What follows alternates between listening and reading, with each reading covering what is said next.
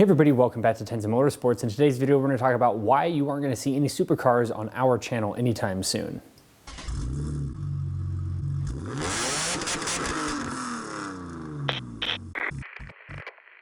Hey everybody, and if you haven't already, make sure you are subscribed to the channel, like if you enjoy this type of content, and comment any questions or comments you have down below. Also make sure to check us out on Instagram, Tenza_Motorsports, where we do a lot of extra posting, reels. We also do giveaways. Make sure you're following us because that's where we pull our winners from, is our follow list.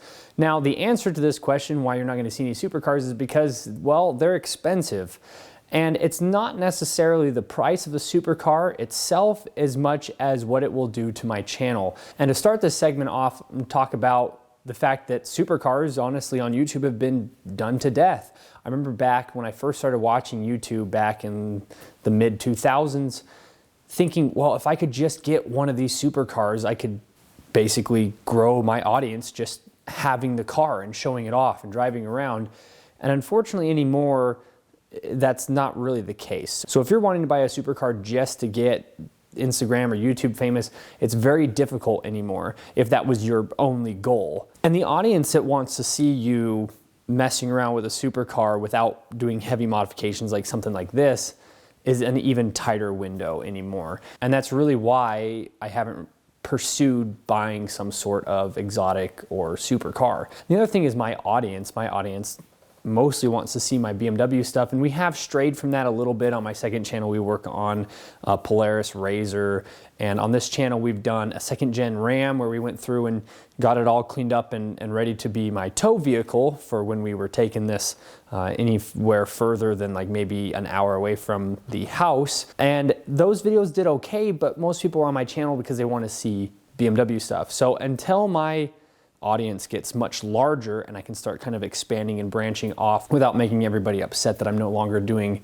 strictly BMW stuff, that's kind of where that sits. And I really do like BMW. It's not like I would immediately swap to another brand if I had the money to do so, because we clearly have the funds here to play around, but we keep going back to BMW because that's what we like to have, that's what we enjoy working on, and we've really gotten familiar with these cars, and so it's something we want to stick around.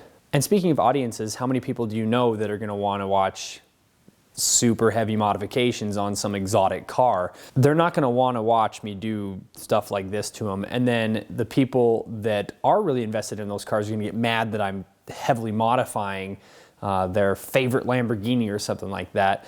And so I'd make the car community mad. I'd make my audience that I do have upset because I'm not working on BMW. So the other reason why we haven't been doing anything like that is because it would tie up a lot of funds.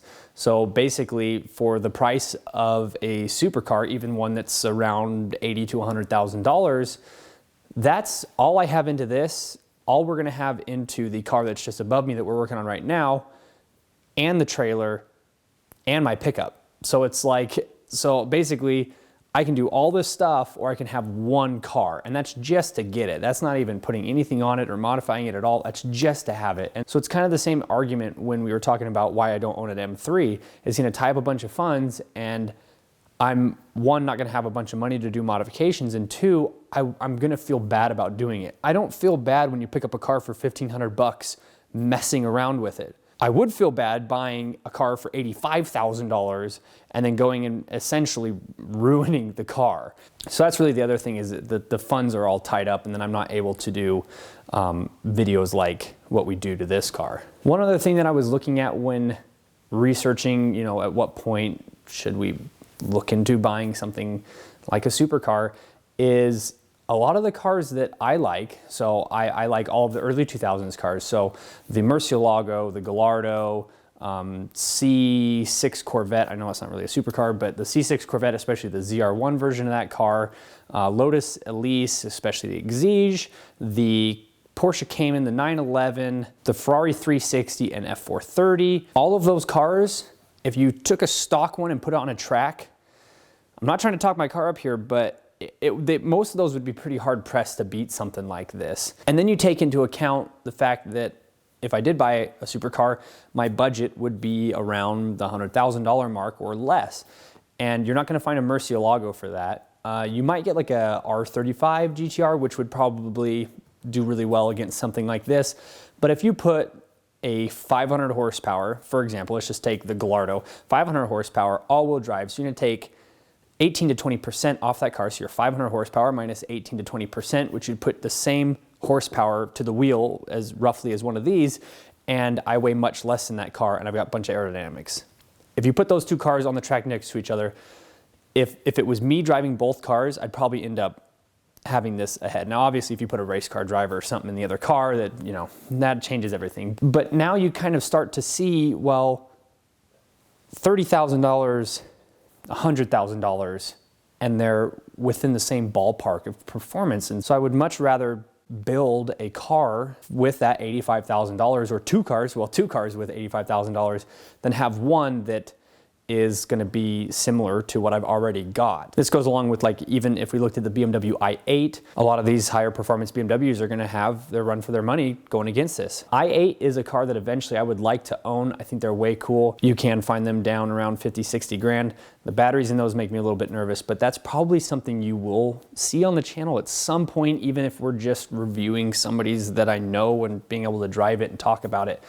But I do like the i8 quite a bit. Other cars that I would like to eventually see on the channel before we get up into like supercars or off-brand, BMW off-brand cars, would be the E46 M3, the Z4 E85, either the coupe or the convertible. And it doesn't even have to be the M version of that car. If I could get like a 3-liter one, that would be fantastic. The 1M is actually my like ultimate dream car. Well, I wouldn't say my ultimate dream car.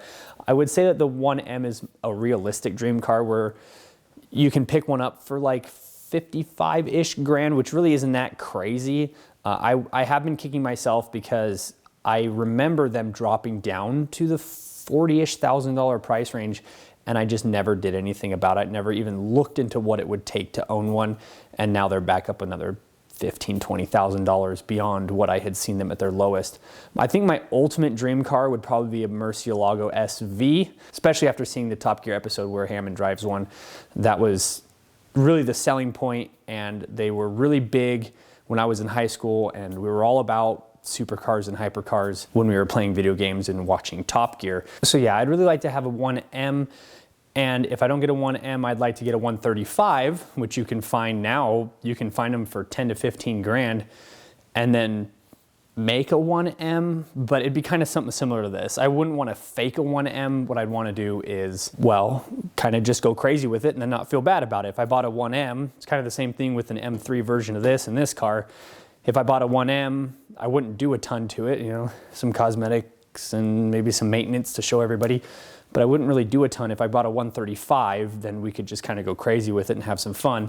And same thing we're doing with the M3 version of this. I wouldn't ruin an M3, but I'd like to eventually own one. If we were going to change brands, Porsche would probably be my next manufacturer that I would start owning and modifying and playing with. I'd love to have like the mid-2000s Porsche. Again, that was a new car when I was in junior high and high school.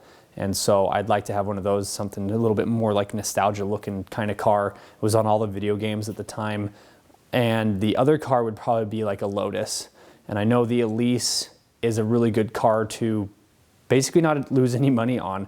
I remember seeing an article a while back saying that he basically owned a Lotus for free. He bought one for around $30,000 and he drove it for like a year and a half, and then he sold it again for like $500 less.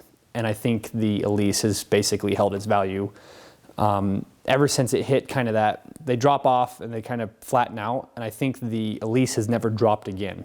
So that would be a car that when I did buy, it would be kind of a safe bet as long as I wasn't ruining the car. Again, it's this back and forth of how much can you do to a nice car, or do I buy a lower version of that car and then be able to mess around with it? I wouldn't make everybody upset, but at the same time be able to build the car that I want. I don't want to tie up a bunch of money, but I want to be able to do all these modifications. The answer is, for everybody and for myself, is just if I just had $1 bazillion, then I wouldn't have to even make this video. I would just do whatever we wanted to do. Hopefully this video wasn't all over the place. I was kind of rambling there for a little bit, but it's kind of hard. It's hard to portray these thoughts and ideas that I've had over, you know, the last 15 years of my life, wanting to own a supercar, and at the same time going, well, how realistic is that? What would I want to do to it? Is it going to completely ruin me financially if I buy one and change the wheels and have everybody go, well, I'm not going to buy that car because he changed the wheels on it? Just all this research and stuff that's all come down into me making this video. So I really hope everybody enjoyed it. If you have any comments or questions, leave them down in the comment section below. Let me know what you think about modifying a supercar.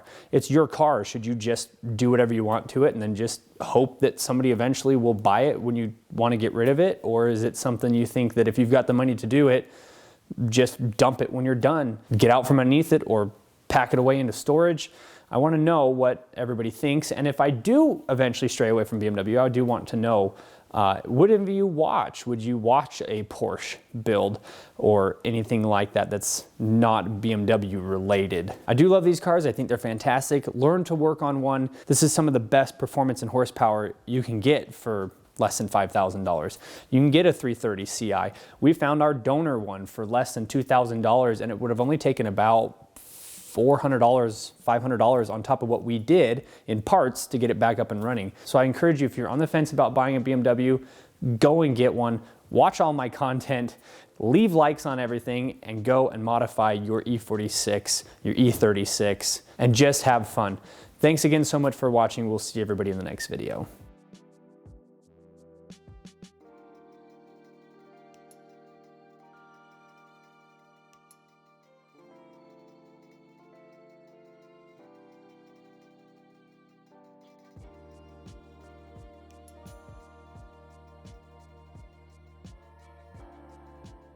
Bam!